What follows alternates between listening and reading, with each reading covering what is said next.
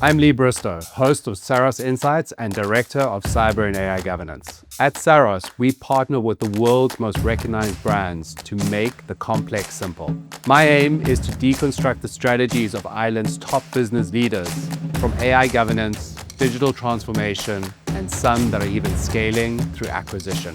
We're playing a bigger game, uncovering the human stories behind the technology. Welcome to our show.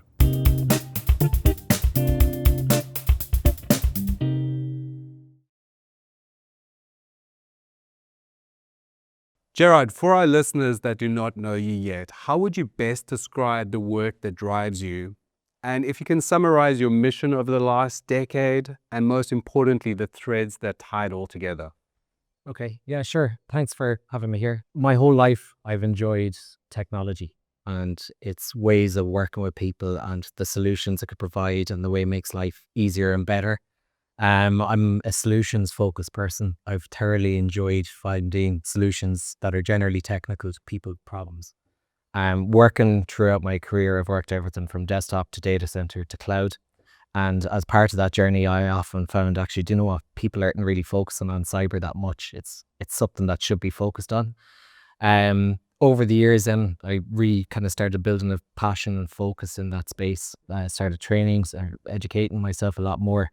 And I was lucky enough to be with an organization that were happy for me to focus and invest even further in that. And I built a cybersecurity practice within that organization. Even though on a national level, cyber wasn't really seen as a big problem. It wasn't Ireland is okay, we're okay, not an issue. But ultimately, long story short, I found working with cybersecurity, working with technology was something I really enjoyed.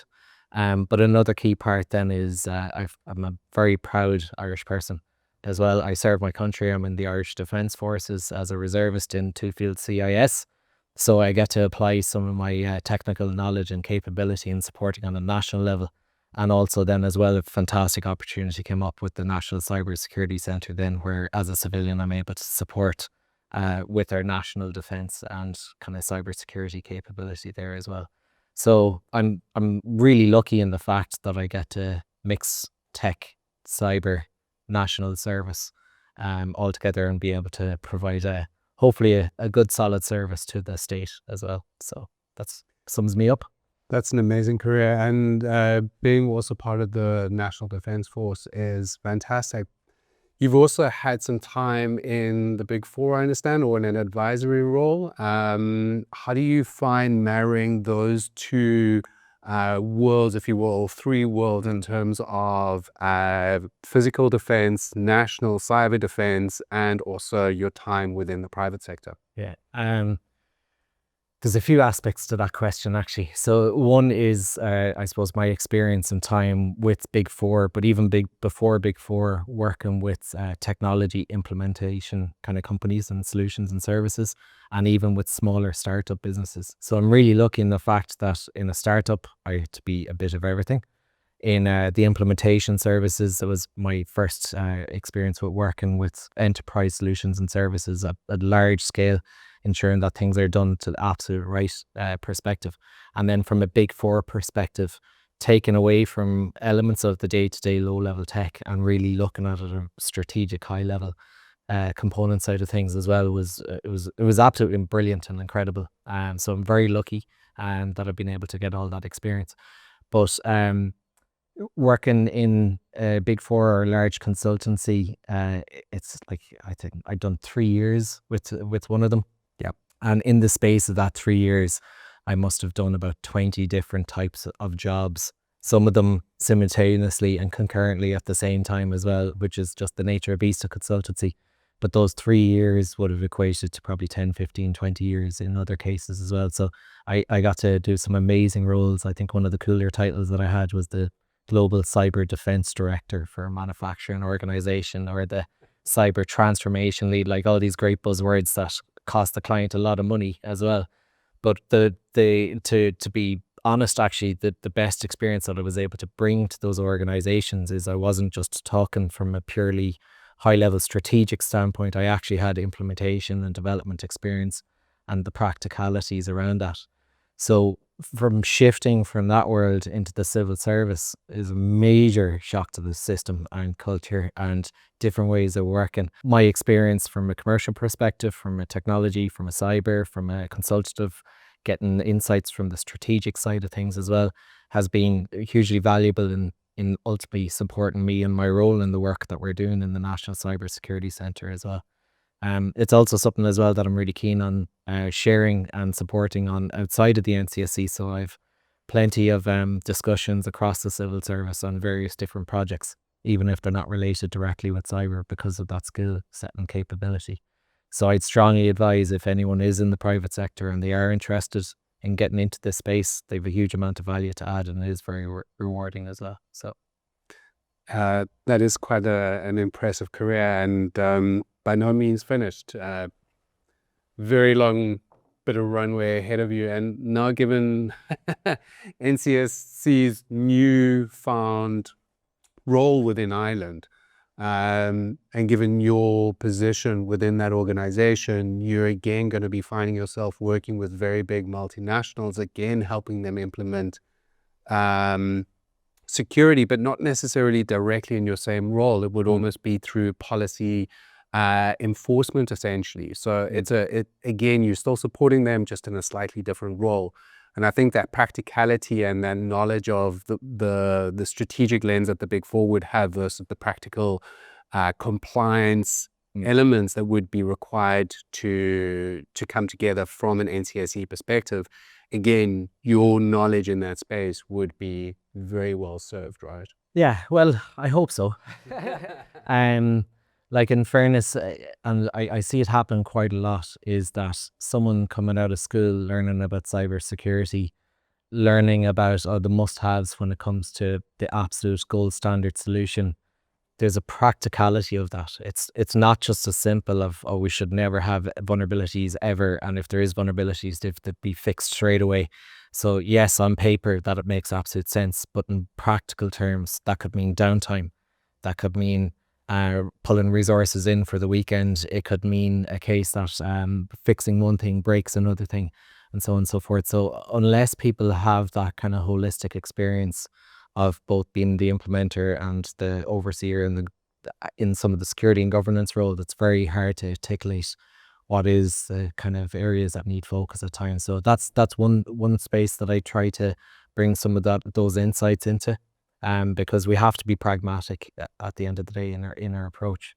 So from a broader NCSE perspective, like, we've lots of different ways in which we support the state and our constituents. So it's definitely not just regulation. We don't want it to be the stick by any means at all, and that is not a key part of our role here. So as a national cybersecurity centre, we're here to be able to support in a number of different areas. So one is in our outreach, in our engagement, in our education and awareness, and getting the message out there at all levels, whether it's supporting information that goes out to citizens, goes out to key constituents at important or essential levels, and we could talk about in these two later on as well. With regards to other aspects of the business that get grants and schemes and funding in order to be able to pump that money into supporting better cyber resilience and preparedness. So that's one key kind of outreach element of it, where we're kind of hoping prevention is the better route as opposed to waiting on the cure. And then there's the other key component as well, and it's an area that I'm leading and in charge of as well, with key support from colleagues across the organisation, is better methods and means to be able to detect that there's actual issues happening. So be it through information that we get from open source services, be it through threat intelligence that we're receiving, or detection services that we have, or so on and so forth. There's a huge range of services that will help us identify there's a problem here. But also the key point of being able to detect an issue is one thing, but then we need to have the ability to respond, and that's another key part of our operations capability then, is picking up the phone, chasing the constituents, letting them know that they have an issue. Very often people go, it's grand, we don't really have an issue, or it's only just that, trust us, if the NCSE is giving you a call to say there's an issue, there's definitely an issue there. So NCSC, as I understand, was established in early 2010s, roughly around 2011, roughly. And with NIS 1, it had a little bit of a bump in terms of resourcing, in terms of funding. However, it wasn't really until probably 2021, 22, where NIS2 really started to kind of come to the fore, and the realization that a very strong risk management based national information security framework was required, essentially. And that's where the directive was born from. Yeah. And subsequent to that, the NCSC has also been boosted again by the CRA, the Cyber Resilience Act, which is also another initiative from the European Union. So the CRA would be product-centric, and NIS2 would be organizational-centric. That's probably the easiest way to describe it. Subsequent to those two regulations, what has been the kind of the makeup of the NCSC, given the direction that has been provided from a European perspective? Yeah, with regards to the NCSC, there is a function within our organization that's responsible for compliance. Okay. And that compliance function is split into a number of different areas, but in very high level perspective, we've got a core team that are supporting with regards to the implementation of NIS2 in Ireland. So they are a single point of contact. They're coordinating with multiple regulators that are going to have a role and responsibility in regulating in NIS2 space. So the NCSE will have a compliance function then working with government. So our role would be working with across various different departments and local governments and ensuring that they are doing what they need to do in order to protect state information, state services. So it's a really key and important one. But just to stress, the NCSE as a whole are not a regulator. So if you contact the NCSE with an issue, or if we detect an issue, or we're supporting with regards to incident response, that is not a direct NCSE or the regulator know about this. We will absolutely protect you as a victim, and we'll do everything that we can to support you in your time of need. There's even some good people that will put our arm around you if need be, and crisis management is a big part of this as well. It's not just the technical cyber components of this. So yeah, it's absolutely critical and key that people continue to work with us, continue to feel comfortable with that. But also everyone needs to understand their obligations then as part of NIS2, that they have a responsibility to report. And it's not just, again, oh, we have to do this for regulation and it's just going to lead to fines. Like the reporting component is a massive threat intelligence opportunity for us. So with NIS2, or actually pre-NIS2, people could be having cyber attacks left, right and centre in Ireland and we'd have no visibility of it.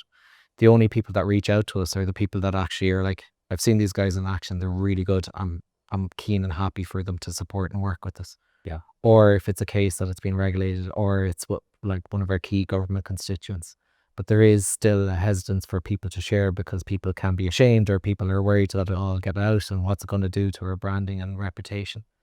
But by us having a clear and solid visibility as to what's happening at any given stage, one, we might be able to support very quickly with our global threat intelligence capability that we have.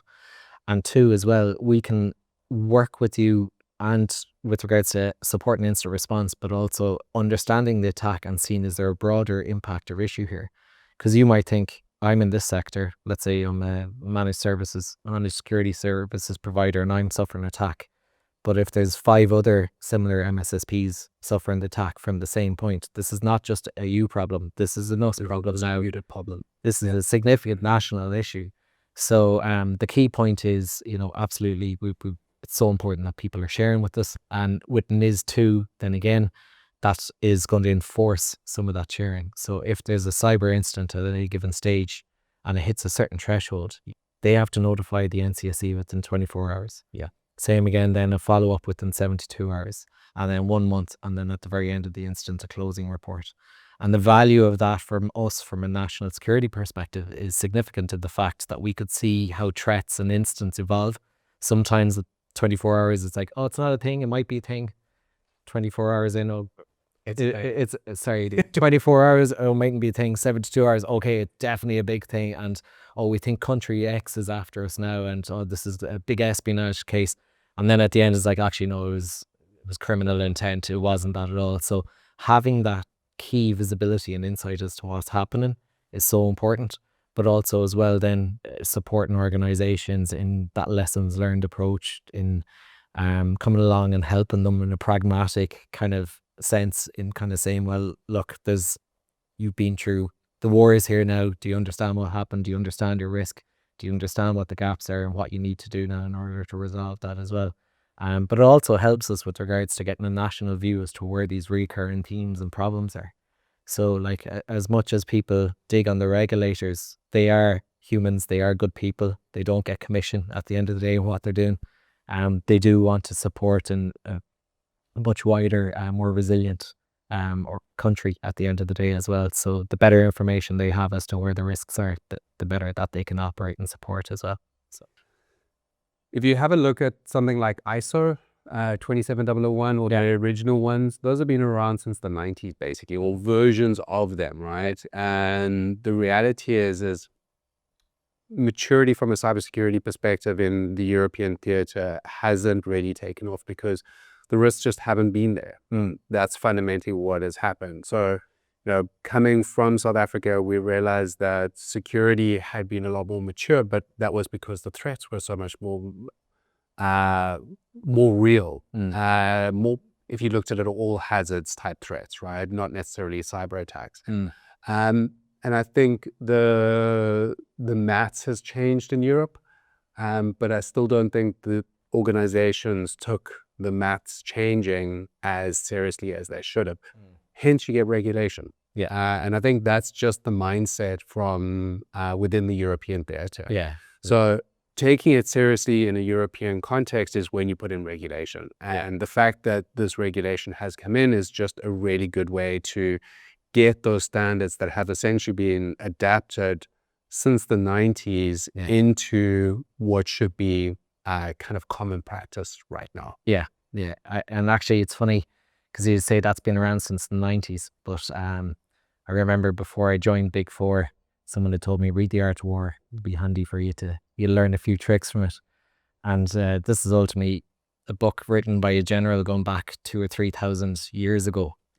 And back then there's some great phrases that they had in the book there, but one being is in sweat more during peace, bleed less during war, which means put the effort in now, get the preparedness in place, understand your risks. This is the way I apply this to cyber, is in it kind of falls into that fail to plan to fail kind of thing. So put the preparations in place, make sure that you have the resilience, the security posture, that if an issue happens, whether it's a cyber attack or whether it's a digital outage or whatever it is, that you as an operations or as an organization can respond. So that's thousands of years ago, but people just ignore it. They're not doing it. There's a follow-up to that also by another warrior, a great philosopher, Mike Tyson. No plan survives the first punch, is it? The one. Exactly. But even in that, then it's not necessarily of you have a black and white plan, but organizations should have really good crisis management planning and preparation. So no matter what the plan is, it doesn't matter. You have the ability from a crisis management perspective to get the right information at time, to make decisions in order to set priority. And more importantly, actually, and I hate to see cyber attack being a perfect example, that was an attack that was going on, it was sustained, but then also the aftermath and the resolution of things and getting services back and running and rebuilt. Like, people were working around the clock for months on end, and people were sick and collapsing, and because people were running on steam of just, no, we have to get this up and running, we have to get back and work. Like, I'm only one of many people, but as in, at one stage I'd done 28 days straight without a single time off or anything at all. But again, it's not about me here. I was with a Big Four consultancy. I was paid quite well to be there. However, there was plenty of civil servants that were doing it off their own skin, working significant time and hours. So the point that I'm saying there, from a resilience perspective, there's only so long that you can rely on humans as well, though. And it's really important that the people are fed, they're watered, they've time to relax, decompress. So there's a whole mental and physical resilience component as part of all this as well.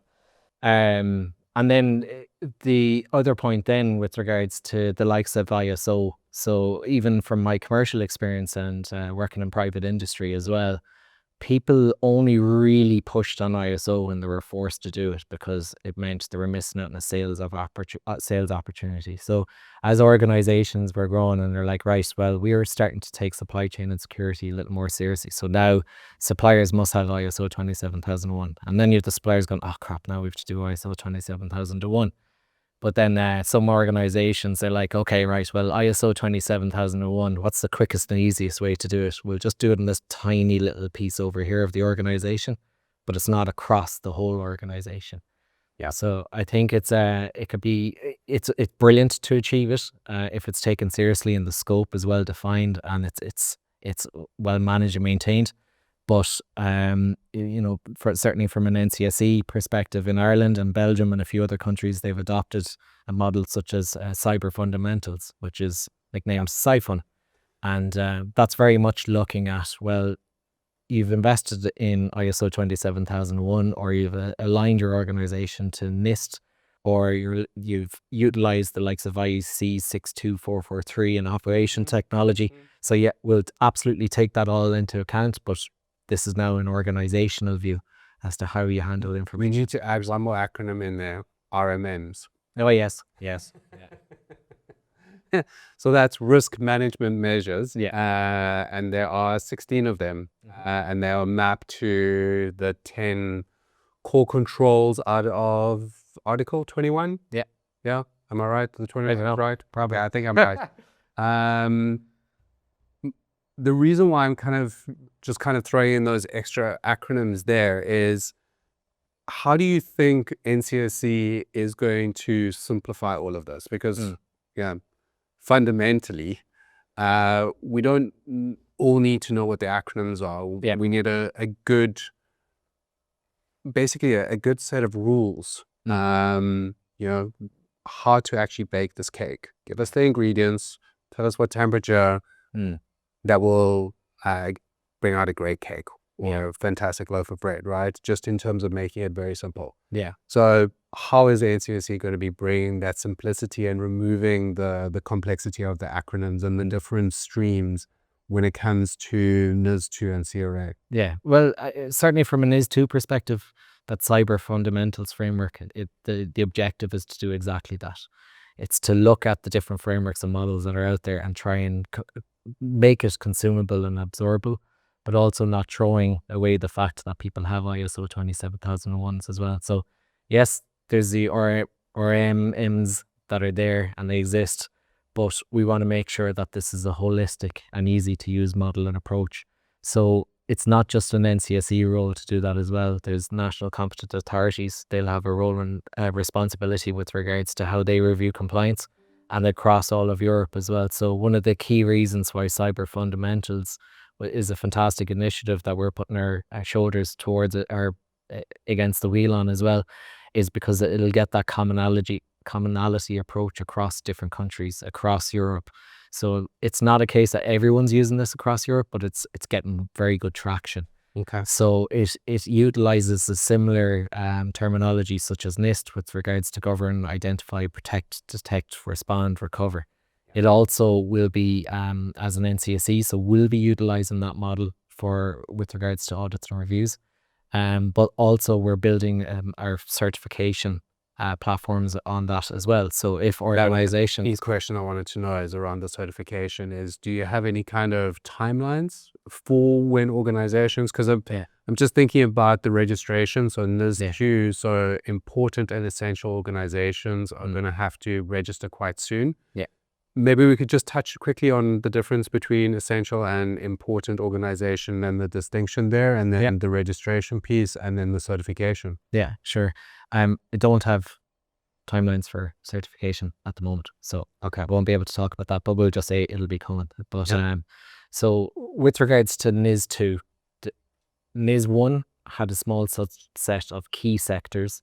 But as we looked at it, or as Europe looked at it, they went, well, actually, it's not just those key sectors. There's a lot of significant supply chain players in that space as well. And it's not just critical national infrastructure. There's also a significant amount of threats against research and development, or wastel services, or postal services, and so on and so forth.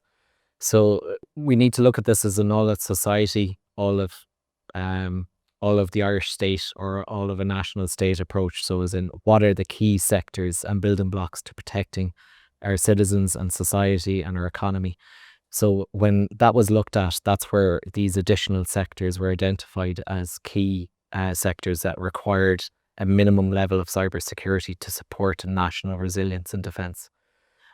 So out of that then, some sectors were born as essential entities, and other sectors then were born as important. But there's a bit of a nuance there, because you might be in theory an essential sector, but small enough to hit just the important threshold. But that aside, if you were an essential entity, what that means is, as an organization, you, the regulator will have proactive approaches with you.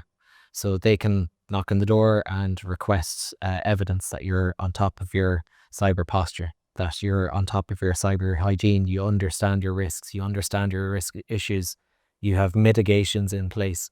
So it's not like the likes of GDPR, where it's I will sit back and see what happens and we'll only look at it afterwards.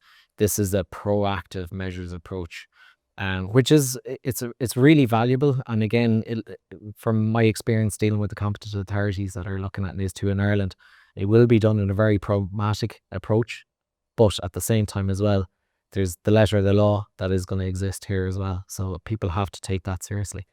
So And I think it's also worthwhile noting that on the website, you've got the cyber fundamentals broken down into basic, important, and essential. yes, Which then really kind of gives each organization, depending on their categorization, a real good steer in terms of how to actually address security and what auditors will be looking at when they get audited, either post an event or as part of an annual cycle. Yeah, absolutely. And like that same model then approach will also be utilized for certification. So you could get certified at basic, intermediate, or advanced, or expert, which is it? Can't remember now at the top of my head. But you could get certified at the appropriate level as well. So by having an audit done, whether it's done by a competent authority or a third party, you are assessing where you are on that scale, and that is also going to help and support with your certification. So there's actually huge value in that, because it's very likely then that certification will be used to dictate who can work in certain services, or who could get certain classification levels, or who can work across Europe. So that's why it's a really key piece, that it's tying all together. How do we improve cyber hygiene? Well, let's look at cyber fundamentals. How do we regulate it? Oh, well, this is what NIS2 is going to do. How do we reward people for the work that they're doing and showcase? Well, this is the certification element.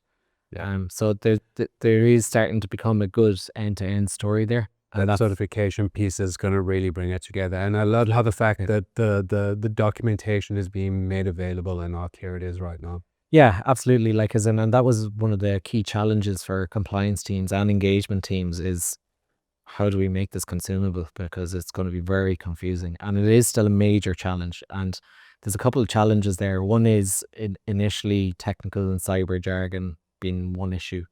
And then over time, then it's like, okay, well, now that we've put it in plain business language, how do we still get it at that board level? Because very often it could be shown to the board, and depending on who's presenting and how it's being presented, if it's not done in a business risk kind of approach, or in that language or terminology, they just kind of glaze over and just go, oh, here's these cyber nerds again in here kind of trying to ruin our day. And that's another key part with regards to NIS2, is it's putting the onus and responsibility no longer on the poor shoulders of the IT manager or the CIO or CTO. It's putting it at board level.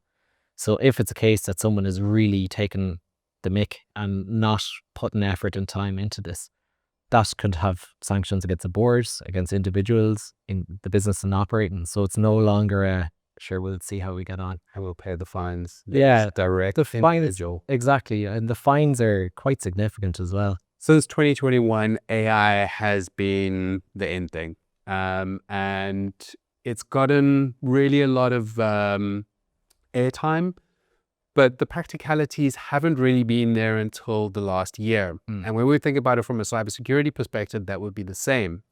So late last year, there was an example of an attack where a AI company was essentially used as the launch pad for that attack.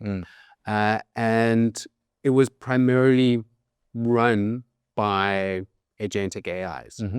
Up to 80 to 90% of it literally just had a human in the loop, giving the AIs a bit of a steer in terms of the way in which it was attacking. And then it used essentially a protocol called MCP to then steer the AI down different attack vectors, whether it was either targeting web services, SQL services, or potentially doing lateral movements or targeting individuals, phishing attacks. The whole gambit of attack vectors was used.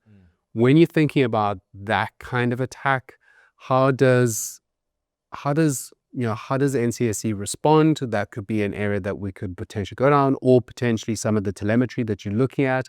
How could some of that be flagged? I'm just thinking about from an egress perspective, if you're looking at the telemetry and you're seeing these attacks in real time. I'm just concerned that AI and this volume of attacks that we could potentially see, because that was just basically a POC. It was a proof of concept. Yeah. And what does it look like when you have thousands of those examples happening? Yeah, well, so this is a big one. So with regards to AI, like any emerging tech, there's a good, there's a bad, and there's an ugly. And it's a continuously evolving and forming technology and ways of working, and more and more fantastic use cases are being used every day.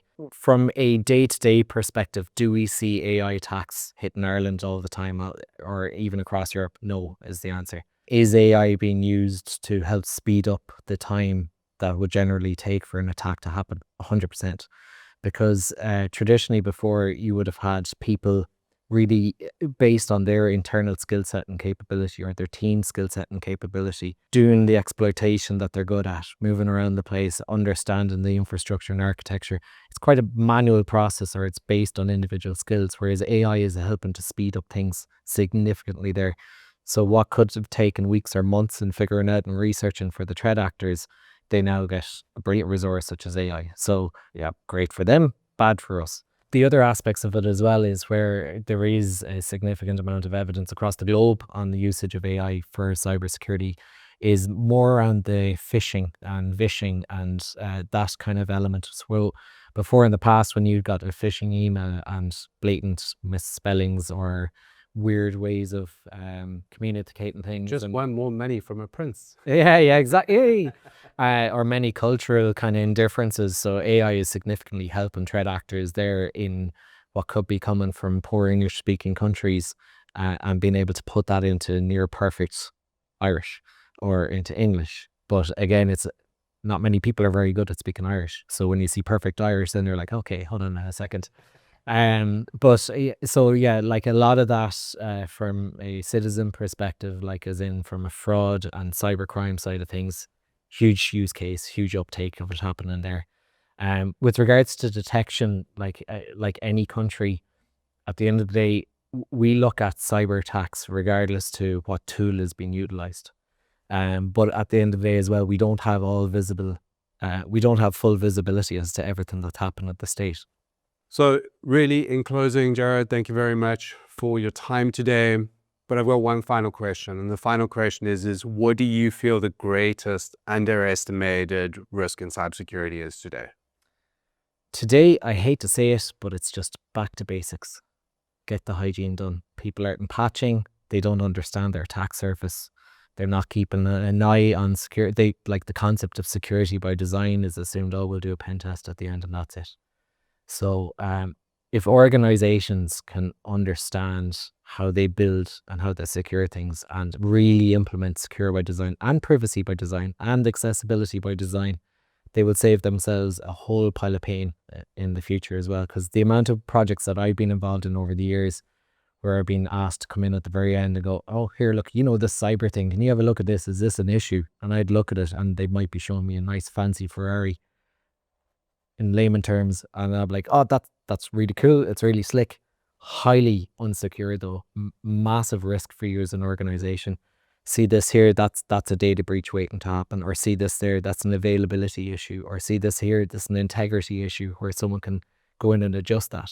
So now I'm taking this Ferrari and getting them to bolt on these extra tires on the side and making it big and bulky and slow and expensive, and now timelines are being delayed and the budgets are overrun, and all of a sudden cyber is the baddie.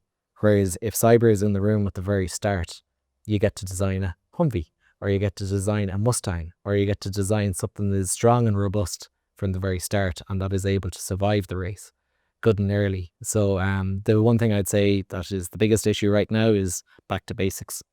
So people aren't doing the basics. It's getting the cyber hygiene in place, making sure there's good security by design.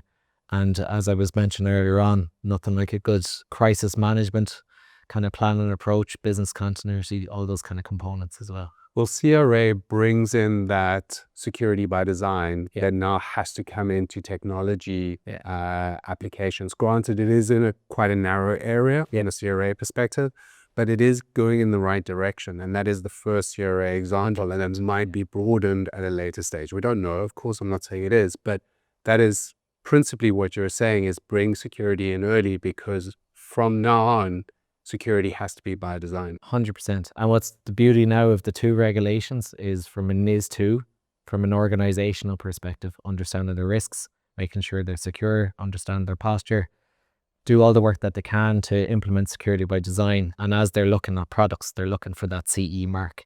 So does that CE mark from a product now, be it depending on what the service is, give some level of assurance that this is hardened and secured from the start.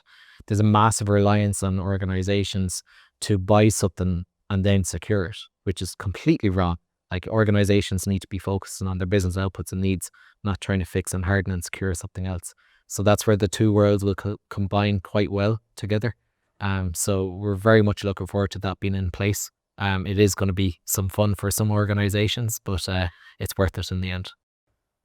Excellent. Thank you.